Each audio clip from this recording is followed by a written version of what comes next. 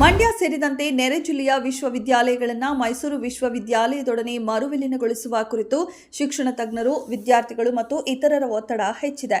ಈ ಕುರಿತು ಉಪಸಮಿತಿ ರಚಿಸಿದ್ದು, ವರದಿ ಬಂದ ಬಳಿಕ ಸಚಿವ ಸಂಪುಟದಲ್ಲಿ ಚರ್ಚಿಸಿ ಕ್ರಮ ವಹಿಸಲಾಗುವುದು ಎಂದು ಸಚಿವ ಎನ್ ಚೆಲುವರಾಯಸ್ವಾಮಿ ಸ್ಪಷ್ಟನೆ ನೀಡಿದರು.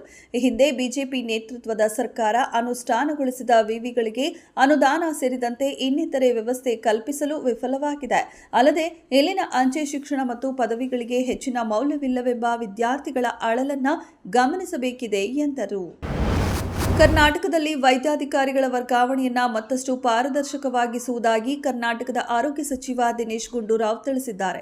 ವಿಜಯಪುರದ ಕೆಂಗಲ್ ಹನುಮಂತರಾಯ ರಂಗಮಂದಿರದಲ್ಲಿ ಫೆಬ್ರವರಿ 22ರಂದು ಸರ್ಕಾರಿ ವೈದ್ಯಾಧಿಕಾರಿಗಳ ರಾಜ್ಯ ಮಟ್ಟದ ಸಮ್ಮೇಳನವನ್ನು ಉದ್ಘಾಟಿಸಿ ಮಾತನಾಡಿದ ಅವರು, ವೈದ್ಯಾಧಿಕಾರಿಗಳ ವರ್ಗಾವಣೆ ವಿಚಾರದಲ್ಲಿ ಕೆಲವಾರು ತೊಡಕುಗಳಿವೆ. ಈ ತೊಡಕುಗಳ ನಿವಾರಿಸಿ ವರ್ಗಾವಣೆ ಪ್ರಕ್ರಿಯೆಯನ್ನು ಪಾರದರ್ಶಕಗೊಳಿಸಲಾಗುತ್ತದೆ ಎಂದು ತಿಳಿಸಿದರು.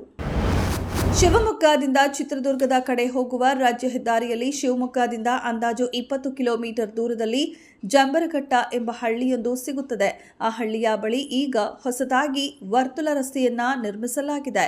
ದ್ವಿಮುಖ ರಸ್ತೆಯಾಗಿರುವ ಈ ವರ್ತುಲ ರಸ್ತೆಯ ಒಂದು ಬದಿ ರಸ್ತೆ ಕಾಮಗಾರಿ ಪೂರ್ತಿ ಮುಗಿದಿದ್ದು, ಅದರಲ್ಲಿ ವಾಹನಗಳ ಸಂಚಾರಕ್ಕೆ ಅನುವು ಮಾಡಿಕೊಡಲಾಗಿದೆ. ಈ ವರ್ತುಲ ರಸ್ತೆಯಲ್ಲಿ ಕತ್ತಲಾಗುತ್ತಲೇ ಜಂಬರಘಟ್ಟ ಹಳ್ಳಿಗರು ಬಂದು ಎಣ್ಣೆ ಪಾರ್ಟಿಗೆ ಕೂರುತ್ತಾರೆ. ಪ್ರತಿ 10-15 ಮೀಟರ್ಗೆ ಒಂದೊಂದು ಗುಂಪು ಹೈವೇಗೆ ಆತುಕೊಂಡೇ ಪಾರ್ಟಿ ಮಾಡ್ತಾರೆ. ವಾಹನಗಳು ಆಯ ತಪ್ಪಿ ತಮ್ಮ ಮೇಲೆ ಹರಿದಾವು ಎಂಬ ಭೀತಿಯೂ ಕೂಡ ಅವರಿಗಿಲ್ಲ. ಪಕ್ಷ ಸಹಕಾರದಲ್ಲಿ ಅನಗತ್ಯ ಗೊಂದಲ ಸೃಷ್ಟಿಸುವ ಬಹಿರಂಗ ಹೇಳಿಕೆಗಳನ್ನು ನಿಲ್ಲಿಸಿ ಎಂಬ ಎಐಸಿಸಿ ಅಧ್ಯಕ್ಷ ಮಲ್ಲಿಕಾರ್ಜುನ ಖರ್ಗೆ ಫೈನಲ್ ವಾರ್ನಿಂಗ್ಗೆ ಸಚಿವರು ತಂಡ ಹೊಡೆದಿದ್ದಾರೆ.